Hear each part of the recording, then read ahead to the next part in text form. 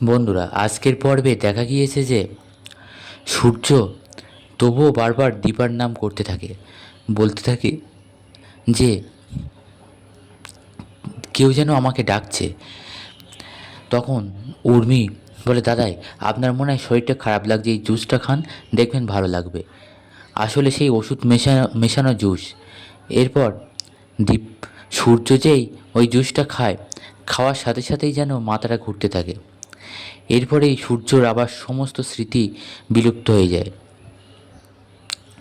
তখন বলে যে আমি এটা কোথায় আছি, আপনারা কারা, কাউকে আর চিনতে পারে না।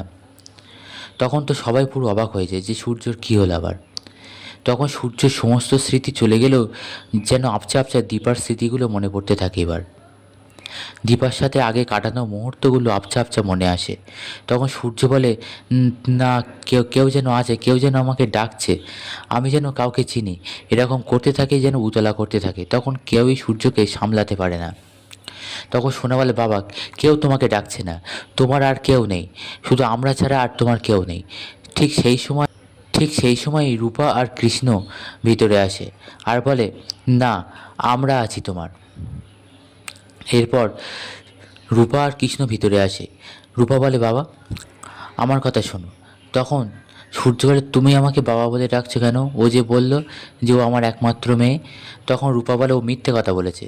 বাবা, আজকে তুমি আমাকে অস্বীকার করো না বাবা, তো তোমার আমি আছি, আমার মা আছে। তখন সূর্য বলে, তোমাদের মা মানে? তখন রূপা বলে, হ্যাঁ বাবা, আমাদের মা, তোমার অর্ধাঙ্গিনী, তোমার স্ত্রী। তখন সূর্য বলে, আমার আমার স্ত্রী? আমি আমার স্ত্রীর কথা ভুলে গেলাম। কে কে আমার স্ত্রী? আমি যাব তার কাছে, কোথায় থাকে সে? তখন রূপা বলে, হ্যাঁ বাবা, তার নাম দীপা। এবারে দেখা যায় যে তখনই রূপাকে আটকানো হয়। এদিকে উর্মি আটকায়, বলে, এই তুই এখানে কী জন্য এসেছিস? তখন প্রবীরও রূপাকে কাছে নিয়ে যায়, নিয়ে গিয়ে বলে, দিদিভাই, তুমি আবার কেন এরকম করছো? এতে তো হিতে বিপরীত হতে পারে। তখন রূপা বলে, দাদু ভাই, তোমরাই বা এত কিছু তো করলে, লাভটা কি হলো? তখন প্রবীরের কথাও শোনে না, উর্মির কথাও শোনে না রূপা। এদিকে দেখা যায় সোনা তো মরিয়া হয়ে ওঠে রূপাকে আটকানোর জন্য। এরপর ভিতর থেকে একটা ঝাঁজ নিয়ে আসে আর সূর্যর কানের কাছে বাজাতে থাকে। সূর্য বলে, আমার আরও অসুবিধা হচ্ছে, বন্ধ করো এইসব। রূপাও বলে যে বন্ধ কর। আসলে দীপার নামটা শুনতে দেবে না বলেই ঝাঁঝ বাজাতে থাকে। এরপর সূর্য আরও অসুস্থ হতে থাকে, সূর্যকে সোফায় বসায় আর সোনাকে সরিয়ে দেয়। তখন রূপা বলে, আজ আমাকে কেউ আটকাতে পারবে না। এরপর দেখা যায় রূপা দৌড়ে ওপরে যায় আর দোতলা থেকে খুঁজে খুঁজে সূর্য আর দীপার বিয়ের ছবিটা নিচে নিয়ে আসে।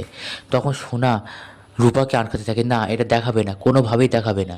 দুজনে মিলে ওটা নিয়ে টানাটানি করতে থাকে।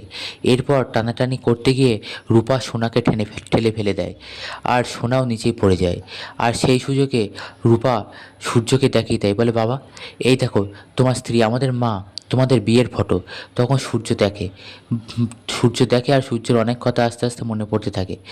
তখন বলে, বাবা, এই নাও, এই দেখো, এই হলো আমাদের মা দীপা সেনগুপ্ত। তখন সূর্য বলে, দীপা? হ্যাঁ, আমার তো মনে পড়ছে, আমার স্ত্রীর নাম দীপা।